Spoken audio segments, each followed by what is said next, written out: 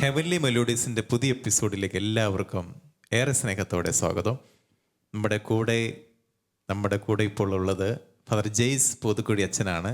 നമുക്കെല്ലാവർക്കും നമ്മുടെ പ്രിയങ്കരൻ അച്ഛൻ നമ്മുടെ കൂടെയുണ്ട്.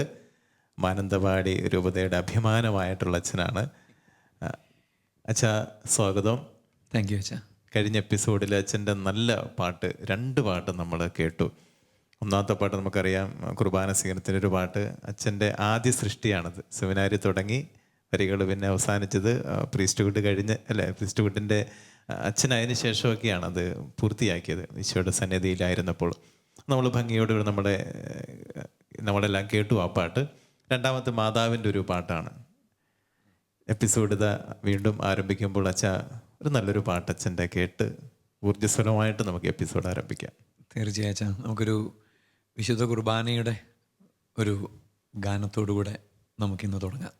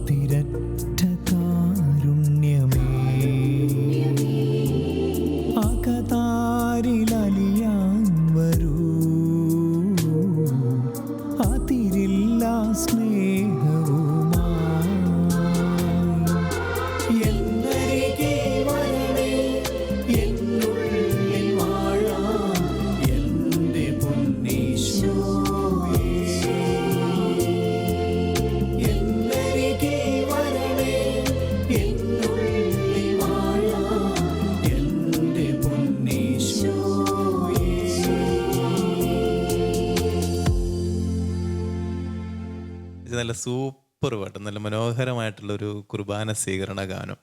താങ്ക് യു അച്ഛാ. ഇത് ഈ പാട്ട് എഴുതിയത് ബ്രദർ അനിൽ മലപ്പുറം. അദ്ദേഹം ഒരു പ്രസിദ്ധനായ സുപ്രസിദ്ധ ഗാനരചയിതാവാണ്. കുറേ പ്രസിദ്ധ ഗാനങ്ങളൊക്കെ എഴുതിയിട്ടുള്ള ആളാണ്. അച്ഛൻ ചിലപ്പോൾ അറിയായിരിക്കും, അനിൽ മലപ്പുറം.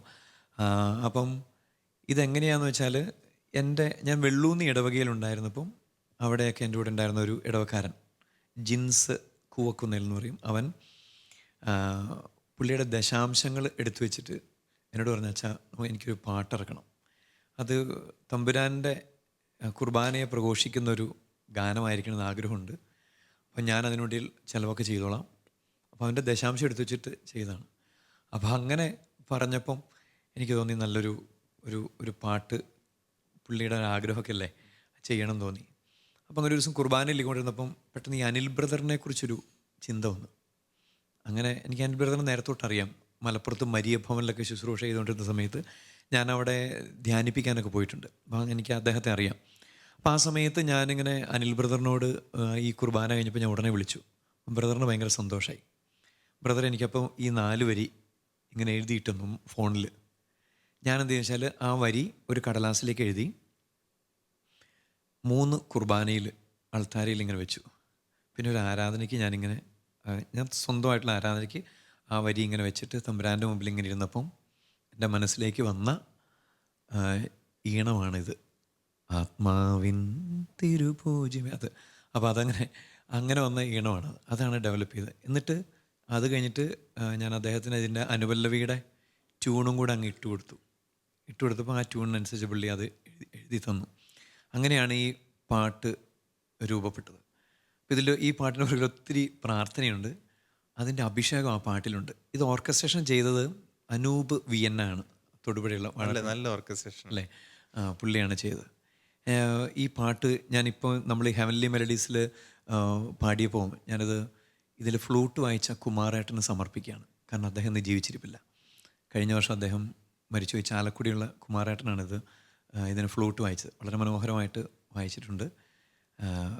അപ്പം അദ്ദേഹത്തിനെ ഓർക്കുകയാണ് ഈ സമയത്ത് പ്രത്യേകമായിട്ടും. അപ്പം അങ്ങനെ ഒരു മനോഹരമായ പാട്ടാണ്.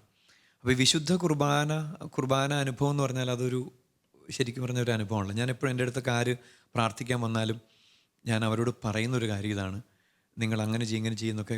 കുറേ നേർച്ച കാഴ്ചകൾ ചെയ്യുക എന്ന് പറഞ്ഞതിനേക്കാളുപരി ഞാൻ പറയുന്നത് ഡെയിലി അനുദിന വിശുദ്ധ കുർബാനയിൽ സംബന്ധിക്കൂ. ഇതിൻ്റെ വരികളും അങ്ങനെയൊക്കെ തന്നെയാണ്. എൻ്റെ ആത്മാവിൽ കൃപ നൽകണമേ, എന്നും ഈ സന്നിധി വരുവാൻ, ബലിയാകുവാൻ, ബലിവേദിയിൽ എന്നും അണയാൻ. അപ്പം അതൊരു കൃപയായിട്ട് ഇങ്ങനെ വളരുമ്പോൾ, കാരണം എന്താണെന്ന് വെച്ചാൽ ഞാൻ അങ്ങനെ പറയാൻ കാരണം വെച്ചാൽ വിശുദ്ധ കുർബാനയിൽ സമർപ്പിക്കപ്പെടുന്ന ഒരു നിയോഗം പോലും വെറുതെ ആവില്ല. എൻ്റെ അനുഭവം അതാണ്. ഞാൻ പാടിച്ചിറ പള്ളിയിൽ നിന്ന് പോന്നപ്പം അവിടെയുള്ള മിഷൻ ലീഗുകാരാണെന്ന് തോന്നുന്നുണ്ട്, എനിക്ക് എഴുതിയൊരു യാത്രാക്കുറിപ്പിൽ അവരിങ്ങനെ എഴുതി, അൾത്താരയെ പ്രണയിച്ച വൈദികനെന്ന്. ഞാനെപ്പോഴും വിശ്വസിക്കുന്ന ഒരു കാര്യം അതാണ്. ഞാനത് ശരിക്കും അത് ചെയ്തിട്ടുള്ള കാര്യം കേട്ടോ. ഞാനെപ്പോഴും പറയുന്നൊരു കാര്യമാണ്, ഒരു പുരോഹിതനെ സംബന്ധിച്ചിടത്തോളം പുരോഹിതൻ ആരെയാണ് വരിച്ചിരിക്കുന്നത് എന്ന് പറഞ്ഞാൽ, നമുക്ക് ഈശോയെ വരിച്ചു എന്ന് പറയാൻ പറ്റില്ല, സന്യസ്തരെ പോലെ. കാരണം സന്യസ്തരെ സംബന്ധിച്ച് ഈശോ മണവാളൻ എന്നൊക്കെ പറയാം. അപ്പോൾ ഈശോയെ വരിക്കുക എന്ന് പറയാൻ പറ്റില്ല. കാരണം പുരോഹിതൻ പറഞ്ഞാൽ ഈശോയുടെ പകരക്കാരനായിട്ട് പ്രവർത്തിക്കേണ്ട ഒരാളാണല്ലോ. അപ്പോൾ അങ്ങനെ പറ്റത്തില്ല. തിരുസഭ എന്ന് പറയുമ്പോൾ തിരുസഭ ഈശോയുടെ മണവാട്ടിയാണ്. അപ്പം ഞാൻ എൻ്റെ മനസ്സിലേക്ക് തമ്പുരാൻ തന്ന ചിന്തയാണ്, നിൻ്റെ സ്വന്തമായിരിക്കേണ്ടതും നിൻ്റെ പങ്കാളിയായിരിക്കേണ്ടതും നിൻ്റെ ജീവിതമായിരിക്കേണ്ടതും ബലിപീഠമാണ്. ഒരു പുരോഹിതനെന്നും ചുംബിക്കുന്നതും ബലിപീഠത്തെയാണ്. അപ്പം ബലിപീഠത്തെ പ്രണയിക്കാനും ബലിപീഠത്തെ വരിക്കുവാനും സാധിക്കുമ്പോഴാണ് പൗരോഹിത്യം അനുഗ്രഹപ്രദമാവുന്നത്. അതൊരു എൻ്റെ മനസ്സിലുള്ള എപ്പോഴുള്ള ചിന്തയാണ്. കാരണം അതുകൊണ്ട് എനിക്ക് കുർബാനയോട് അച്ഛൻ ഇടയ്ക്കിടയ്ക്ക് പറഞ്ഞു, അച്ഛൻ ആരാധന ഇരിക്കും, കുർബാനയെ സ്നേഹമാണെന്ന്. എനിക്ക് കുർബാനയുള്ള സ്നേഹം അതുകൊണ്ടാണ്. ബലിപീഠത്തെ ഞാൻ ഒത്തിരി സ്നേഹിക്കണം. ആ ബലിപീഠത്തിൽ വെച്ചാണല്ലോ ഈശോ നമ്മുടെ ശരീരത്തെ നമുക്ക് നൽകുന്നത്, രക്തമായിട്ട് ഈശോ നമുക്ക് നൽകുന്നത്. അപ്പോൾ അതാണ് അതിൻ്റെ കാര്യം. അപ്പോൾ ഇത് ഞാൻ ഈ പറയാൻ കാരണം എന്ന് വെച്ചാൽ, ഈ ബലിപീഠത്തിൽ എൻ്റെ ഇടവകയിലുള്ള ഏത് ബലിപീഠത്തിലാണെങ്കിലും ആ ബലിപീഠത്തിൽ ഞാൻ ഇന്ന് വരെ സമർപ്പിച്ചിട്ടുള്ള ഒരു നിയോഗം പോലും എനിക്ക് സാധിക്കാതെ പോയിട്ടില്ല. ഞാൻ പാടിച്ചിറ പള്ളിയിൽ വികാരിയായിട്ട് അവിടെ നിന്ന് തിരിച്ചു വന്നപ്പോൾ എനിക്കൊരു സങ്കടം ഉണ്ടായിരുന്നു. സങ്കടം ഉണ്ടെന്ന് വെച്ചാൽ ആ ഇടവകയിൽ ഞാൻ വലിയ നോമ്പിൻ്റെ സമയത്തൊരു ദിവ്യകാരുണ്യ പ്രദക്ഷിണം നടത്തി. അത് കൊറോണ കാലമായിരുന്നു. അപ്പോൾ എല്ലാവരും ആ സമയത്ത് ദിവ്യാകാരുണ്യ പ്രദക്ഷിണം നടത്തുന്ന സമയം. അപ്പം ഞാൻ ഇവിടെ എന്ത് ചെയ്യണമെന്ന് ചിന്തിച്ചപ്പോൾ എൻ്റെ മനസ്സിൽ തമ്പുരാൻ തന്നൊരു പ്രചോദനം അനുസരിച്ചാണ് ചെയ്തത്. 25 കുടുംബ കൂട്ടായ്മകളുണ്ട് ആ ഇടവകയിൽ. അപ്പോൾ എന്ത് ചെയ്തെന്ന് വെച്ചാൽ 25 കുടുംബ കൂട്ടായ്മകൾ 5 ഭാഗങ്ങളായിട്ട് തിരിച്ചു. എന്നിട്ട് ആ 5 കുടുംബ കൂട്ടായ്മകൾ ഒരു ഞായറാഴ്ച വരും, പള്ളിയിൽ വന്ന് കുമ്പസാരിക്കും, ഒരുങ്ങും. എന്നിട്ട് ഓരോ കുടുംബ കൂട്ടായ്മയിലേക്കും ഒരു ദിവസം കുർബാനയും കൊണ്ട് പോവുക, തിങ്കൾ മുതൽ വെള്ളി വരെ. അങ്ങനെ കുർബാനയും കൊണ്ട് പോയി ഓരോ വീട്ടിലും വിശുദ്ധ കുർബാന ഒരു 10 മിനിറ്റ് നേരം വെച്ച് പ്രാർത്ഥിക്കും. അങ്ങനെ 25 കുടുംബ കൂട്ടായ്മകളിലും അവിടെയുള്ള 560 വീടുകളിലും കുർബാന കൊണ്ടുപോയി പ്രാർത്ഥിച്ചു. ആ ഒരു കാലയളവിൽ ആ ഇടവക്കാരും സാക്ഷ്യപ്പെടുത്തിയിട്ട് എൻ്റെ അടുത്ത് പറഞ്ഞിട്ടുള്ളൊരു കാര്യമാണ്, ഞാൻ കണ്ടതാണ്, ഒത്തിരി ലേറ്റ് മാരേജസ് നടന്നു. അതായത് തടസ്സങ്ങളൊക്കെ ഇങ്ങനെ അഴിഞ്ഞുപോയി. പിന്നെ കുറേ പേർക്ക് ജോലി കിട്ടി, മക്കളില്ലാത്തവർക്ക് മക്കളുണ്ടായി. അതായത് 13 വർഷമായിട്ട് മക്കളില്ലാത്ത ഒരാൾക്ക് മക്കളുണ്ടായി, 5 വർഷമായിട്ട് മക്കളില്ലാത്തവർക്ക് മക്കളുണ്ടായി, അങ്ങനെയൊക്കെ. അപ്പോൾ എൻ്റെ കൂടെ കൈക്കാരനായിട്ട് ഒരാളുണ്ടായിരുന്നു, ലിജു എന്നാണ് പേര്. അപ്പോൾ ഈ ലിജുവിന് മക്കളിലായിരുന്നു, 7 വർഷമായിട്ട് മക്കളില്ല. അപ്പം ഞാനവിടെ നിന്ന് മാറുമ്പോഴും മക്കളില്ല. എനിക്ക് ഭയങ്കര സങ്കടമായിരുന്നു. അപ്പം ഞാനിപ്പോൾ ഉള്ള വാഗേരി പള്ളിയിൽ ആയിരിക്കുന്ന സമയത്ത് ഈ അന്തോണിസുണ്ണൽ തിരുനാൾ സമയത്ത് എനിക്ക് തോന്നി ഇങ്ങനെ ലിജുവിനെയൊക്കെ വിളിച്ച് ഇവിടെ നിന്ന് കുർബാനയിലിടണം. അപ്പോൾ ഒരു ദിവസം ഞാൻ പറഞ്ഞൊരു ജൂലൈ മാസത്തിൽ ലിജുവും ഫാമിലിയും കൂടെ വന്നു. ലിജുവിൻ്റെ പപ്പ, അമ്മ, എൻ്റെ വൈഫ്, അവർ 4 പേരെ മാത്രം നിർത്തി ഞാൻ അവർക്ക് വേണ്ടി ഒരു കുർബാനയിൽ കൊടുത്തു. ആ കുർബാന ഏതാണ്ട് ഒരു 1.25 മണിക്കൂറിനധികം പോയി. ഒരു 7 മണിക്ക് തുടങ്ങി ഒരു 8:50 വരെ കുർബാന. ആ കുർബാനയുടെ നിയോഗം അവർക്ക് മക്കളുണ്ടാവാമെന്നായിരുന്നു. ആ അൾത്താരയിൽ നിന്ന് ദൈവം അവരോട് കനിഞ്ഞു എന്നുള്ളതാണ്. അതായത് ഓഗസ്റ്റ് മാസം ആയപ്പോഴത്തേക്കും ലിജുവിനെ വിളിച്ചു, ധന്യ കൺസീവ്ഡാണ് അച്ഛാന്ന് പറഞ്ഞിട്ട്. അത് എനിക്ക് തമ്പുരാൻ തന്ന വലിയൊരു ഉൾക്കാഴ്ചയാണ്. ബലിപീഠത്തിൽ വെച്ച് നമ്മൾ തമ്പുരാനോട് ചോദിക്കുന്ന ഒരു കാര്യത്തിനും തമ്പുരാൻ ഉത്തരം തരാതിരിക്കില്ല. അച്ഛൻ്റെ എന്നാ പറയുക അനുഭവത്തിലൂടെ ഹൃദയം വിങ്ങുകയാണ് നമ്മുടെ എല്ലാവരുടെയും. എനിക്കൊന്ന് പ്രേക്ഷകരുടെയൊക്കെ ഹൃദയം വിങ്ങണം തമ്പുരാൻ്റെ ബലിയർപ്പണത്തോടുള്ള സ്നേഹം. എനിക്ക് തോന്നുന്നു ഇപ്പോൾ കേൾക്കുന്നവരും കാണുന്നവരും ഒക്കെ അനുദിന കുർബാനയിലേക്കുള്ളൊരു യാത്ര അവർ എവിടെയെങ്കിലും മുടങ്ങിയിട്ടുണ്ടെങ്കിൽ അവരത് വീണ്ടും ആരംഭിക്കണം. അതൊരു നിമിത്തമാണ്. ഇപ്പം അച്ഛൻ്റെ പാട്ട് കേൾക്കാനും അച്ഛൻ്റെ പാട്ടിൻ്റെ അനുഭവങ്ങളും കേൾക്കുന്നതിന് ഉപരിയായിട്ട് ഇത് ദൈവം നൽകിയ ഞങ്ങളുടെ ഹെവൻലി മെലോഡീസിന് നൽകിയ ഒരു നിമിത്തമാണ്. പ്രത്യേകിച്ച് ബലിയെ സ്നേഹിക്കുന്ന മക്കളായി കഴിഞ്ഞാൽ പിന്നെ നമുക്ക് പ്രതിസന്ധികളില്ല. അച്ഛൻ ആദ്യം പറഞ്ഞാൽ ഞാൻ ഇപ്പോഴും ഓർക്കുന്നുണ്ട്, ആദ്യത്തെ എപ്പിസോഡിൽ നമ്മൾ ദീർഘദൂരം പോകേണ്ടവരാണ്, അതിനുള്ളൊരു ഊർജം നമുക്ക് കിട്ടേണ്ടത് ഈ ബലിയിൽ നിന്ന് തന്നെ, കുർബാനയിൽ നിന്ന്. ആൾത്താരെ പ്രണയിക്കുന്നവരാകണം. ഞാനും ആഗ്രഹിക്കുന്നതാണ് ഓരോ പുരോഹിതനും ആൾത്താരെ പ്രണയിക്കുന്നവരാണെങ്കിൽ ഈ ദൈവജനത്തിലേക്ക് ആ ദൈവസ്നേഹത്തിൻ്റെ ഇങ്ങനെ കനലുകൾ ഇങ്ങനെ വാരി വിതറാൻ പറ്റും. അത് ആ ഓരോ കുർബാനയിലൂടെയും. അച്ഛൻ ഇടയ്ക്ക് പറയാറില്ല, ചില കുർബാനകൾ ഭയങ്കര അനുഭവമാണ്. അപ്പം ആ അൾത്താരയോടുള്ള പ്രണയമാണ് ശരിക്കും പറഞ്ഞാൽ ആ ദൈവസ്നേഹത്തെ ദൈവജനത്തിന് പകർന്നു കൊടുക്കാനായിട്ട് നമുക്ക് ഒരു കൃപ നൽകുക. നന്ദി എന്ന് പറയുന്നത് നല്ലൊരു ഉൾക്കാഴ്ച ഞങ്ങൾക്ക് എല്ലാവർക്കും നൽകിയതിന്. നമുക്ക് ഒരു പാട്ട് കൂടി ഒന്ന്. ഒരു ആരാധനയുടെ പാട്ട്. അത് ലിജോ ചെമ്പകശ്ശേരി പടിഞ്ഞാറത്തറയുള്ള ഒരു ചെറുപ്പക്കാരൻ എഴുതിയതാണ്. ഞാൻ നേരത്തെ പറഞ്ഞ ജോസഫേട്ടൻ്റെ മകനാണ്, ജോസഫ് മാത്യു പടിഞ്ഞാറത്തറയുടെ മകനാണ്. ജേക്കബ് കൊരട്ടിയാണ് അതിൻ്റെ ഓർക്കസ്ട്രേഷൻ ചെയ്തത്. നമുക്ക് ആ പാട്ട് കേൾക്കാം. ഓക്കെ.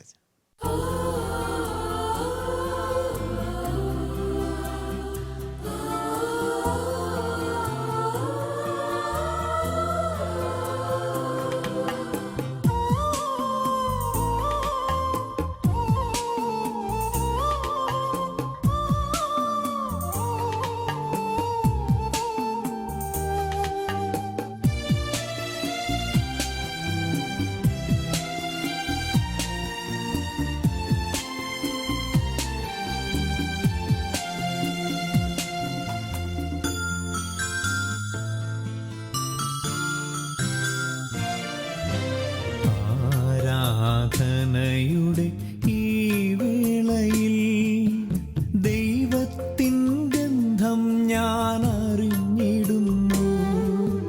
നീ എനിക്കേകിയ ദിവ്യ സാമീപ്യം മാത്രമാണെന്നും എനിക്കു പുണ്യം.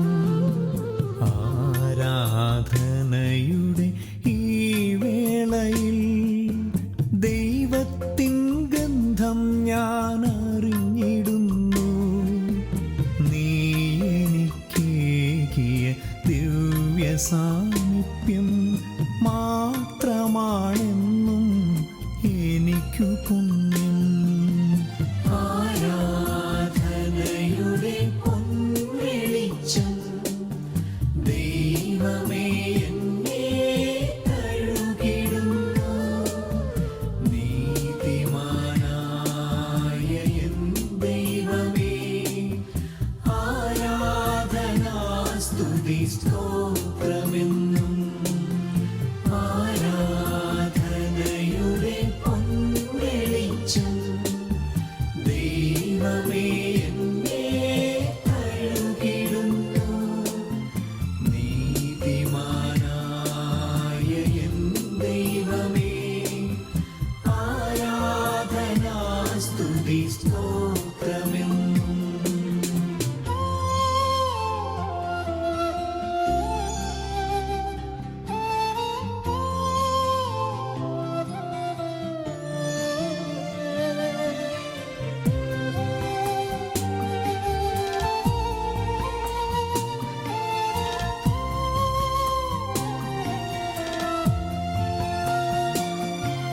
സ്തുതികൾ അലയടിച്ചുയരുന്ന നേരം ദൈവമേ നിന്നെ ഞാൻ അനുഭവിക്കും. സ്തുതികൾ അലയടിച്ചുയരുന്ന നേരം ദൈവമേ നിന്നെ ഞാൻ അനുഭവിക്കും. നീ കൂടെയില്ലാത്ത ഒരു നിമിഷം പോലും എൻ പ്രാണൻ തുടിക്കുകയില്ല. നീ കൂടെയില്ലാത്ത ഒരു നിമിഷം പോലും എൻ പ്രാണൻ തുടിക്കുകയില്ല. എൻ പ്രാണൻ തുടിക്കുകയില്ല. ആരാധനയുടെ പൊൻവെളിച്ചം ദൈവമേ എന്നെ കഴുകിടുന്നു.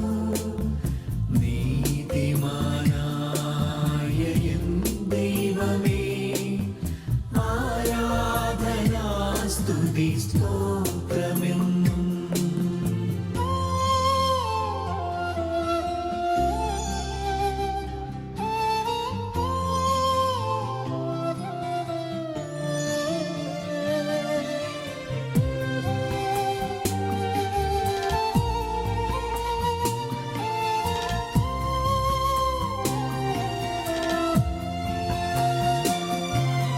മിഴിയിണകൾ നിന്നെ കാണാൻ കൊതിക്കുമ്പോൾ അപ്പത്തിൻ രൂപത്തിൽ നീ പിറക്കും. മിഴിയിണകൾ നിന്നെ കാണാൻ കൊതിക്കുമ്പോൾ അപ്പത്തിൻ രൂപത്തിൽ നീ പിറക്കും. നിന്നെ പിരിഞ്ഞെങ്ങും പോകാതിരുന്നിടാം എന്നുള്ളം സക്രാരിയാക്കും. നിന്നെ പിരിഞ്ഞെങ്ങും പോകാതിരുന്നിടാം എന്നുള്ളം സക്രാരിയാക്കും. എന്നുള്ളം സക്രാരിയാക്കും. ആരാധനയുടെ പൊൻവെളിച്ചം ദൈവമേ എന്നെ കഴുകിടുന്നു. നീതിമാനായ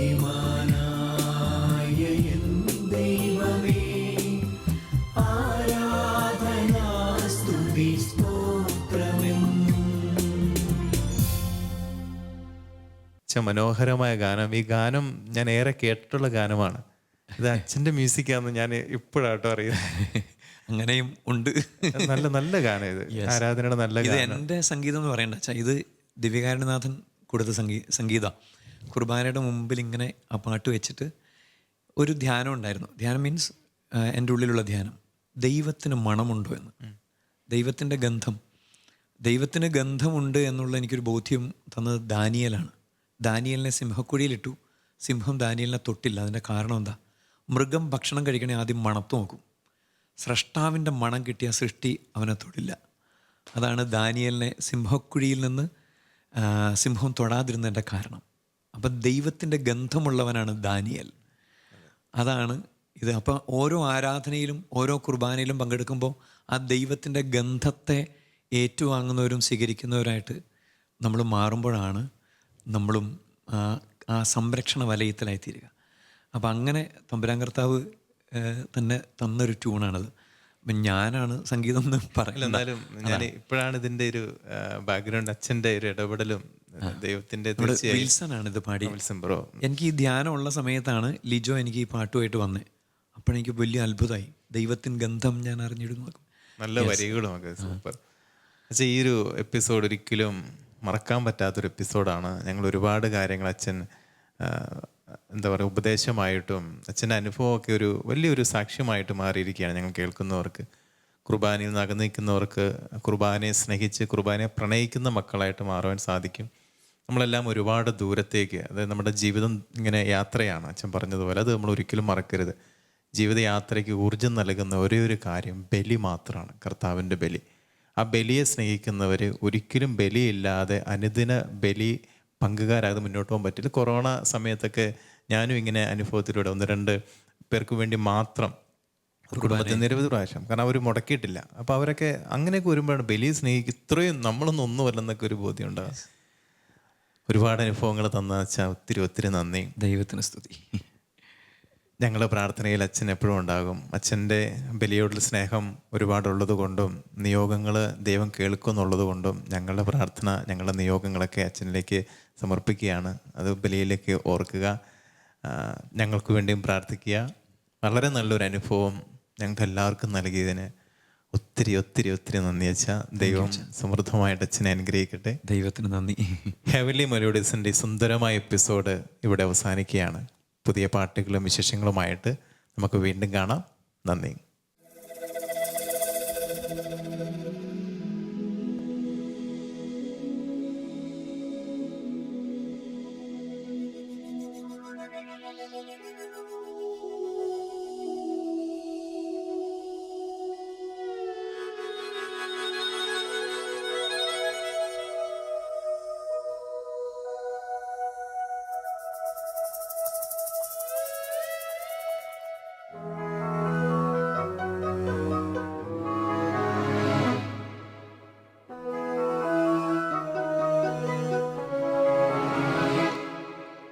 നന്ദി നന്ദി എൻ ദൈവമേ, നന്ദി എൻ യേശുപരാ.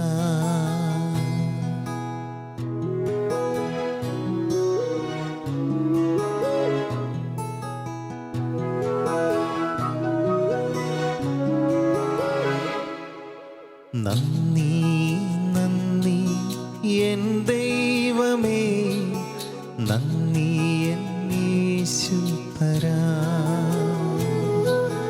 നന്ദി നന്ദി എൻ ദൈവമേ, നന്ദി എൻ യേശുപരാ. എണ്ണമില്ലാതുള്ള നന്മകൾക്കും അത്ഭുതമാർന്ന നിൻ സ്നേഹത്തിനും, എണ്ണമില്ലാതുള്ള നന്മകൾക്കും അത്ഭുതമാർന്ന നിൻ സ്നേഹത്തിനും നന്ദി നന്ദി എൻ ദൈവമേ, നന്ദി എൻ യേശുപരാ. നന്ദി നന്ദി എൻ ദൈവമേ, നന്ദി എൻ യേശുപരാ.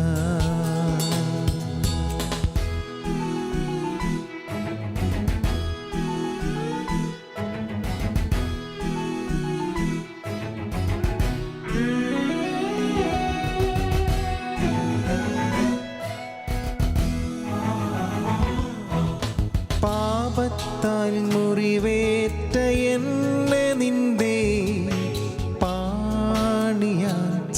ചേർത്തണച്ചുവല്ലോ.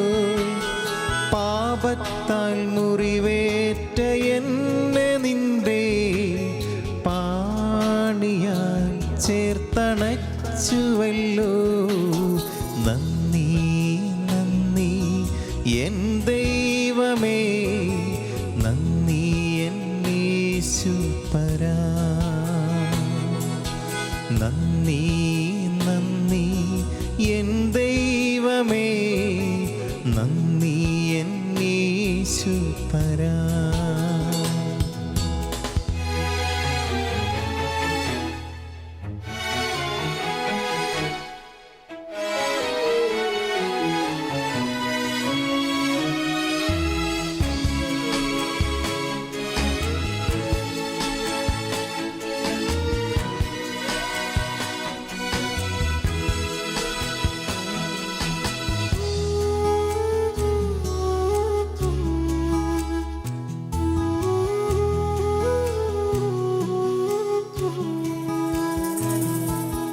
കൂരിരുൾ താഴ്വര അതിലുമെൻ്റെ പാതയിൽ ദീപമായി വന്നുവല്ലോ. കൂരിരുൾ താഴ്വര അതിലുമെൻ്റെ പാതയിൽ ദീപമായി വന്നുവല്ലോ. നന്ദി നന്ദി എൻ ദൈവമേ, നന്ദി എൻ യേശുപരാ. നന്ദി നന്ദി എൻ ദൈവമേ,